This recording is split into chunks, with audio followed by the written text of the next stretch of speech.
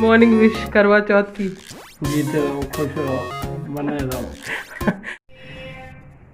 तो मैं एक न्यूज़ सुनाती हूँ।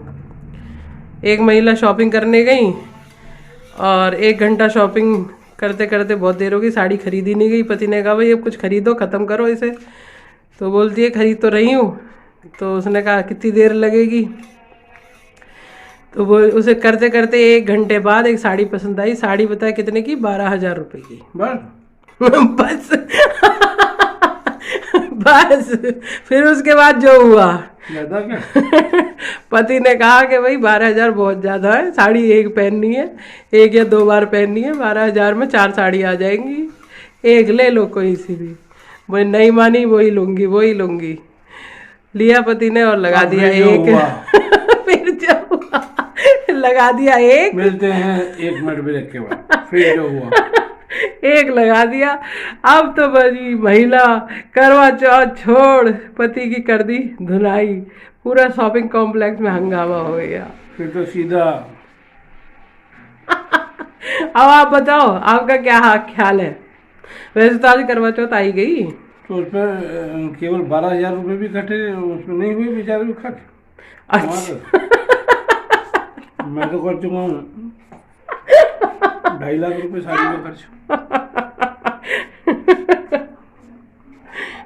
वो बेचारी 12,000 की साड़ी तो मांग रही थी।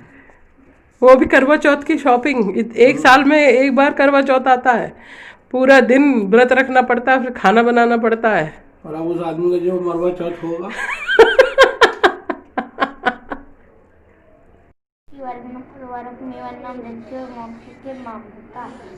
ओम त्र्यंबकं यजामहे सुगंधिं पुष्टिवर्धनम् उर्वारुकमिव मृत्योर्मोक्षिके मामृता।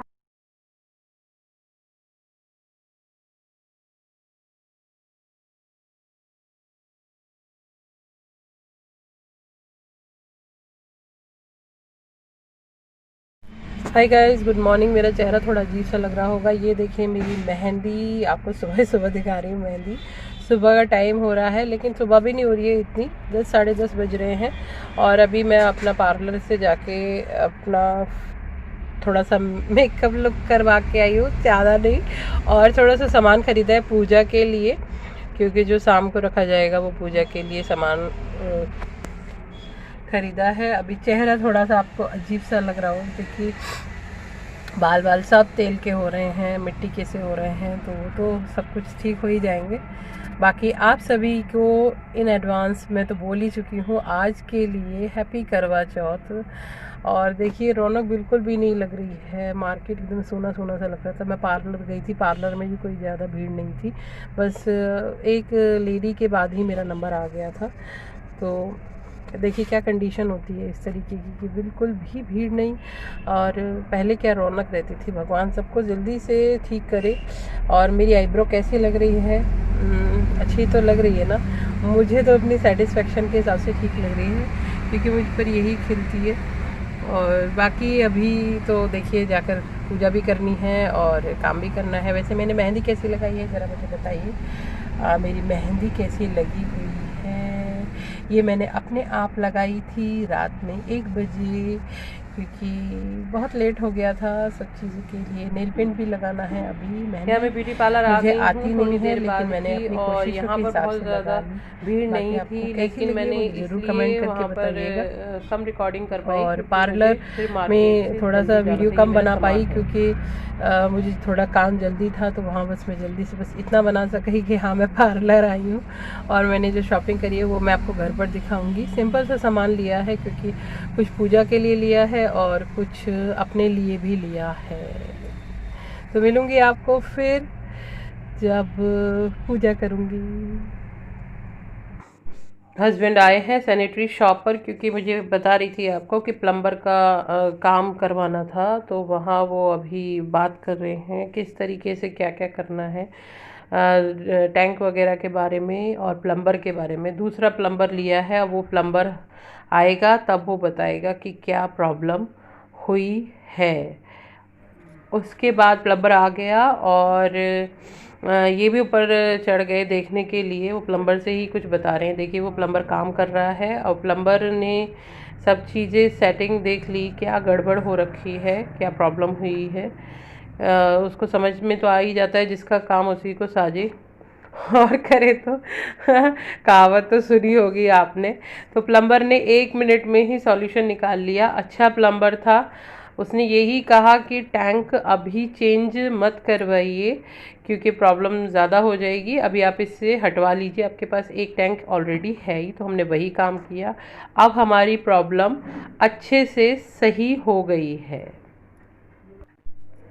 मैं अब नहा ली हूँ, सिर विर धो लिया है और अब मैं आ गई हूँ पूजा करने के लिए। और पूजा करने की थोड़ी देर बाद ही मैं फिर सब लोगों के लिए खाना तैयार करूँगी।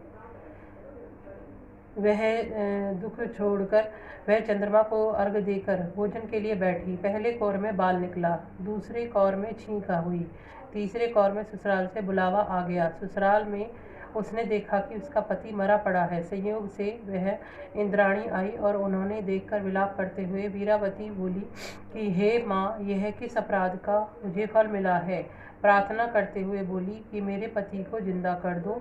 इंद्राणी ने कहा कि तुमने करवा चौथ का व्रत बिना चंद्र उदय के अर्घ दे दिया था, यह सब उसी का फल से हुआ है। अतः आप तुम 12 माह के चौथ के व्रत व करवा चौथ व्रत श्रद्धा व भक्ति भाव से विधि पूर्वक करो, तब तुम्हारा पति पुनः जीवित हो उठेगा। इंद्राणी के वचन सुनकर वीरावती ने विधि पूर्वक 12 माह के चौथ और करवा चौथ व्रत की बड़ी भक्ति भाव से किया और इन व्रतों के प्रभाव से उसका पति पुनः देवता सदृश जीवित हो उठा। जैसे भगवान हे करवा चौथ माता आपने वीरावती के पति को जीवित रखा, उसी तरीके मेरे पति की आयु लंबी करें, साथ ही साथ घर में सुख संपन्न और तरक्की लाएं। यह आपसे मेरी प्रार्थना है। मैं दूसरी कथा कहती हूँ कि एक बार गणेश जी मंदिर से निकले और कहने लगे कि मुझे खीर खाने का बहुत मन कर रहा है। उन्होंने अपनी मुट्ठी में थोड़े से चावल और दूध ले लिया और पूरे रास्ते कहते चले। हर किसी ने मना कर दिया कि हमारे पास समय नहीं है, हम कुछ नहीं कर पाएंगे। तभी रास्ते में उन्हें एक बूढ़ी माता मिली, तो उन्होंने कहा कि माता, क्या तुम मेरी खीर बना दोगी? तो उसने कहा, हाँ बेटा, खीर बना दूंगी, लेकिन मेरे पास बर्तन नहीं है क्योंकि मैं बहुत निर्धन हूँ। तो उसने कहा, चलो रुको, मैं अभी जरा पास के पड़ोसियों से जाकर बर्तन लेकर आती हूँ। वो एक छोटा सा पतीला ले आई और पतीले में दूध और चावल कर दिए। जैसे ही पतीले में दूध और चावल डाले, खीर बढ़ने लगी। वो फिर दोबारा गई, वहाँ से फिर और बड़ा पतीला लेके आई। ऐसा करते हुए उसने 7 बार बड़े बड़े पतीले लेकर आई। बुढ़िया बड़ी परेशान, उसने कहा कि जरासे से चावल और दूध से इतनी खीर बन गई, हे भगवान, कि क्या कर दिया। तब खीर पककर तैयार हो गई तो बुढ़िया उसे ढककर चली गई। तभी वहाँ से उसकी बुढ़िया ने गणेश जी से ये कह दिया था कि अभी खीर बनने में समय लगेगा, जब मैं तैयार कर दूंगी तो तुम आ जाना। तो गणेश जी ये सुनकर चले गए।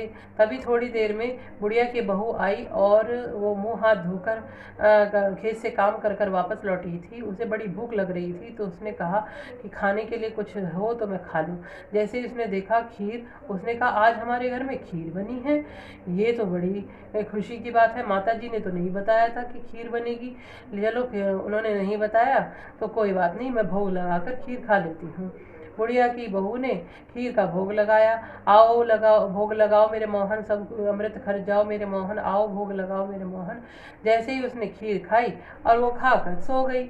तभी थोड़ी देर बाद बुढ़िया आई। बुढ़िया ने कहा, आओ भोग लगाओ मेरे मोहन, सब अमृत कर जाओ मेरे मोहन, आओ भोग लगाओ मेरे मोहन, सब अमृत कर जाओ मेरे मोहन।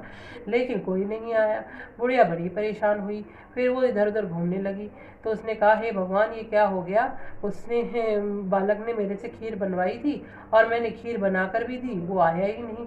थोड़ी देर बाद बुढ़िया जब घर वापस लौटती है तो उसके घर एक महल में बदल जाता है, जिसकी बहू बहुत सुंदर लगने लगती है, कपड़े पहन के, बेटे भी खूब अच्छे लगने लगते हैं।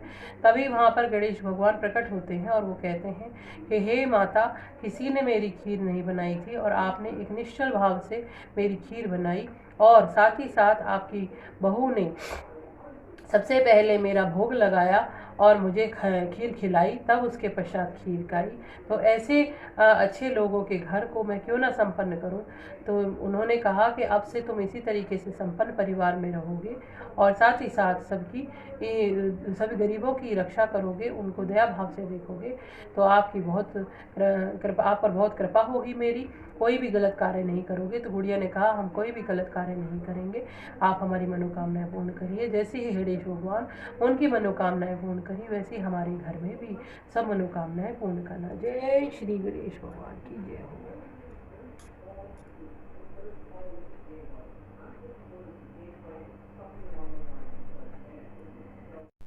हाय गाइस, मैं अभी तैयार हो ली हूँ और तैयार होके बस अभी मैं पूजा करने जा रही हूँ। आज मैंने येलो कलर डाला है और बाल वगैरह धोए हैं और ये मेरी मेहंदी है।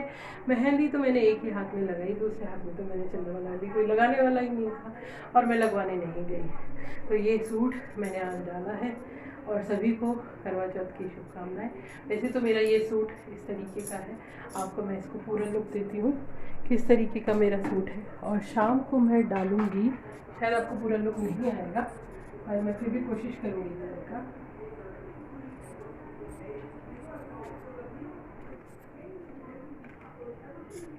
और मैंने कर ली है पूजा, अभी मैं पूजा करके हटी हूँ। ये मेरा लुक है। ये देखिए मेरा पूरा लुक। आवाज़ थोड़ी कम हो रही थी इसलिए मैं इसे वॉइस उसमें डाल रही हूँ। और थोड़ा सा मेरा मिरर भी गंदा हो गया है, छींटे वीटे लग गए थे इस पर पानी के, और अभी मैं आपको कम दिखाई दे रही हूँ। जगह भी थोड़ी कम है इधर खड़े होने के लिए, तो इसलिए मैं पूरी नहीं आ पा रही हूँ। मैं बोल रही हूँ लेकिन आवाज़ बहुत हल्की थी क्योंकि गला एकदम से वो हो गया, पूजा करने के बाद पानी भी नहीं पिया है ना, इसलिए। तो अभी आप इसी को देख लीजिए और लगा लीजिए पता कि मेरा लुक कैसा आया है। पूजा ख़त्म होने के बाद अब मैं यहाँ पर लगा रही हूँ नेल पेंट। देखिए मेरे पैर कैसे हैं, मेरे नेल भी अच्छे नहीं है, बनाते ही नहीं हूँ, सिर्फ कटिंग करके रखती हूँ। और ये मेहंदी मैंने खुद लगाई थी रात में अपने आप, जैसी आती है वैसी ही लगा ली। सब कुछ अच्छा करने का मन करता है लेकिन रिस्पॉन्सिबिलिटी इतनी ज़्यादा हो जाती है कि हर एक काम छूटता चला जाता है और यही काम मेरे साथ होता है हर बार। मैं जो सोचती हूँ वो कभी भी पूरा नहीं होता है। तो अभी नेल पेंट कंप्लीट हो जाएगा दोनों पैरों का, उसके बाद फिर लंच दे दूँगी पूजा, क्योंकि कर ली है तो बस मैंने सोचा पहले नेल पेंट लगा लेती हूँ। और इस चक्कर में क्या हुआ कि मैं हाथों का छोड़ दिया, क्योंकि खाना बनाते हुए मैं नेल पेंट नहीं लगाती हूँ कभी भी। तो मैंने कहा थोड़ी देर में लगा लूँगी और मैं वो भूल ही गई। और नेल पेंट लगाना, जब एक बार कोई काम हो जाता है उसे कर लेना चाहिए, वरना फिर वो दोबारा काम वापस नहीं हो पाता है। तो पैरों का नेल पेंट ख़त्म हो जाएगा और सबको लंच करवा दिया जाएगा। इसके बाद फिर मैं अपने लिए पूजा करने के बाद फिर मैं अपनी शाम की तैयारी में लग जाऊंगी। और शाम की तैयारी होने के बाद करवा चौथ का सेलिब्रेशन भी हो जाएगा।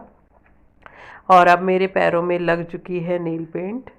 इस तरीके से देखिए कैसे लग रहे हैं, क्योंकि सिंपल सी मेहंदी है, सिंपल सी नेल पेंट है, बस सब कुछ सिंपल। वीडियो पसंद आए तो लाइक करिए। Thank you for watching.